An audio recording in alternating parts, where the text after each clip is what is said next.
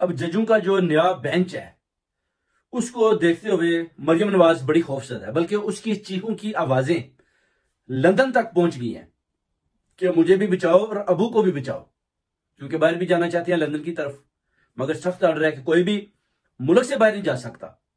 General Asim Munir ने इनको हदायत किया कि आपने 25 तारीख से पहले पहले हुकूमत बनानी है। उधर मरियम नवाज अपने अबू की वो पिक्चरें लेकर पंजाब असम्बली पर कब्जा किया हुआ है और अंदर गड़ी चोर खान साहब की पॉपुलैरिटी कम करने की भरपूर कोशिश कर रही है, जिस पर बुरी तरह नाकाम होती है। मगर मरियम नवाज को भी पता चल चुका है कि अब जो खान साहब ने भी आखिरी कील पीडीएम की पीठ में ठोक दिया है, जो आईएमएफ को भी लेटर चला गया है, उसको अपनी हार सामने दिखाई दे रही है। पूरी पीडीएम चीखें मार रही है। उसका बदला लेने के लिए मरियम नवाज पंजाब असम्बली पर कब्जा कर लेती है और उधर जाकर सारे मिलकर साथ वो डड्डू चार्जर घड़ी चोर लगा रखी है। हालांकि कोई ऐसी बात नहीं है, सबको पता है कि अदलिया बिक चुकी है, सब एस्टेब्लिशमेंट के अंडर काम कर रहे हैं, ब्यूरोक्रेट्स इनके अंडर काम कर रहे हैं। पाकिस्तान में किसी किस्म का लॉ एंड ऑर्डर नहीं है। खान साहब के साथ गलत केसों में उनको गलत सजाएं दी जा चुकी हैं, जिसका पूरा आलमी मीडिया और सारी बैरूनी ताकतों को भी, सारे मुल्कों को पता है कि हकीकत है तो है क्या।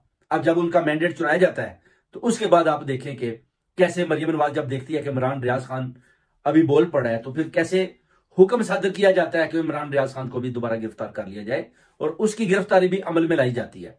तो ये सारी चीजें आप देखें कि इंशाल्लाह ताला ये हुकूमत बिल्कुल नहीं चल पाएगी। नवाज शरीफ जाती उम्रा में छुपा बैठा है। शहबाज शरीफ वजीर आजम का जो अपना वो कहते हैं मुझे बना दें, मगर अंदर से वो भी परेशान है। आसिफ अली जरदारी सदारत के लिए खड़ा है, मगर जो पैगाम एस्टेब्लिशमेंट की तरफ से इमरान खान को दिया जाता है कि हम आपको पीपल पार्टी के आदमी तोड़कर देते हैं, आप हुकूमत बना लें, मगर खान साहब कहते हैं कि नहीं, आपने मेरा मैंडेट चुराया, मेरे मैंडेट पर डाका डाला, आप मुझे मेरा मैंडेट वापस करें, फिर दूसरी बातें हो सकती हैं। मैं बिल्कुल इस किस्म की हुकूमत बिल्कुल ना पसंद करता हूं, ना मुझे चाहिए, जिस पर एस्टेब्लिशमेंट की गोद में बैठकर या जर्नैलों के ऑर्डर पर मुझे चलना पड़े। वो जी ठीक है जी, आप मेरे केसेस भी खत्म कर दें, मैं बाहर निकल आता हूं, आप मुझे हुकूमत दे दें, और 3-4 माह के बाद वो कहते हैं जी दोबारा आप इलेक्शन करवा लें। यानी पाकिस्तानी कौम का पहले 50 अरब डूब चुका है और दोबारा हुकूमत करा के फिर आईएमएफ जो पैसा देती है फिर 50 अरब और डुबो दे। खान साहब ने बोला कि ये मुझे बिल्कुल किसी किस्म की भी आपकी इस तरह की पेशकश मैं कबूल नहीं करता, बल्कि मुझे मेरा मैंडेट जो 2/3 सिरे से मैं जीता हूं वो वापस लिया जाए, उसके बाद बात हो सकती है। जिस पर मरियम नवाज भी चाहती है कि मैं जितनी जल्दी हो सके सीएम पंजाब बन जाऊं, कम से कम मेरे पास कुछ अथॉरिटीज आ जाए, उसके बाद हुकूमत चलती है नहीं चलती उसको भी पता है कि फर्क है, ये सब फर्क है। मैंडेट आखिरकार आपको पता है कि इनको खान साहब को देना इनकी मजबूरी बन जाएगी, क्योंकि कौम का वोट जो है एस्टेब्लिशमेंट कितनी देर तक दबाए रखेंगे। फॉर्म 45 फॉर्म 47 इस बात की हदायत करता है कि मैंडेट खान साहब का है, खान साहब 2/3 सिरे से जीत चुके हैं, आप जितनी भी चेंजिंग कर लें, 70 हजार वोटों की भी चेंजिंग कर लें, हार आपका मुकद्दर है, जीत खान साहब की हो चुकी है।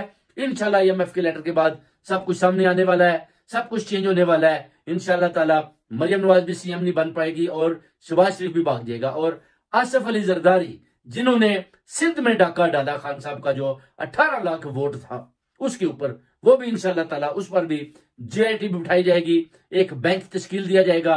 अब आप देख सकते हैं कि काजी फैज ईसा बेसिकली फर्क हो चुका है, बेसिकली उसको चाहिए कि खुद ही भाग जाना, क्योंकि जो उसने ये जो अपना कादियानू वाले सिलसिलों में बातें चीतें की हैं, उस आर्टिकल को चेंज करने की कोशिश की है, जिस पर जुल्फकार अली भुट्टो ने जब साइन किए थे तो उसने बोला था कि मैं अपने मौत के परवाने पर साइन कर रहा हूं, ये जो मैं कादियानियों के खिलाफ ये जो मैं तरमीम पास कर रहा हूं। तो उसके बाद आप देखें भुट्टो का क्या हाल हुआ, और काजी फैज ईसा ने उसी आर्टिकल को दोबारा चेंज करने की कोशिश की कि जो शिकें लगी हैं वो उस वक्त गलत लगी थी, और उस पर आप देखें कि जितनी भी आलमी दुनिया, जितने भी उम्मे मुसलमान हैं, वो सब खड़े हो चुके हैं कि हम काजी फैज ईसा को अगर वो ऐसा करेगा तो किसी सूरत भी माफ नहीं करेंगे। और उसके बाद काजी फैज ईसा आप देखें कैसे भागता है, बल्कि एक जैली मौलवी मौलाना अशरफी को सामने लाया जाता है कि आप अवाम को कुछ इस तरह के गलत किस्म के मैसेज दे दें ताकि इंतशार पैदा ना हो, मगर लोग जानते हैं कि मौलाना अशरफी भी झूठ बोलता है।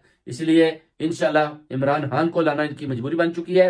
जनरल आसिम मुनीर भी छुपा बैठा है, उसको भी कुछ समझ नहीं आ रही कि ये हुकूमत किस तरफ जा रही है। हम तो जबरदस्ती इनको मसलत कर रहे हैं, नवाज शरीफ को लाए हैं कि नवाज शरीफ बाहर से आएगा, इमरान खान का मुकाबला करेगा, मगर नवाज शरीफ तो नवाज शरीफ से ही हार गया है। और अब हम नवाज शरीफ को लेकर किधर जाएं? अब नवाज शरीफ जाती उम्र छुपा बैठा है, मरियम नवाज को सीएम बनाना चाहते हैं, शहबाज शरीफ को वजीर आजम बनाना चाहते हैं, सदर आसिफ जरदारी को सदर बनाना चाहते हैं, मगर मुश्किलात पर मुश्किलात इनका सामना कर रही है। खान साहब ने आखिरी जो कील इनकी पीठ में ठोंका है, पूरी पीडीएम की चीखें निकल चुकी हैं। अब इनको समझ नहीं आ रही कि अगर IMF ने पैसा ना दिया तो हमारी हुकूमत तो बिल्कुल खत्म हो जाएगी, बल्कि इनको खान साहब को बाहर लाकर मैंडेट देना इनकी मजबूरी बन जाएगी। उसके बाद फिर कर्जे पर बात होगी। बहुत बहुत शुक्रिया भाई।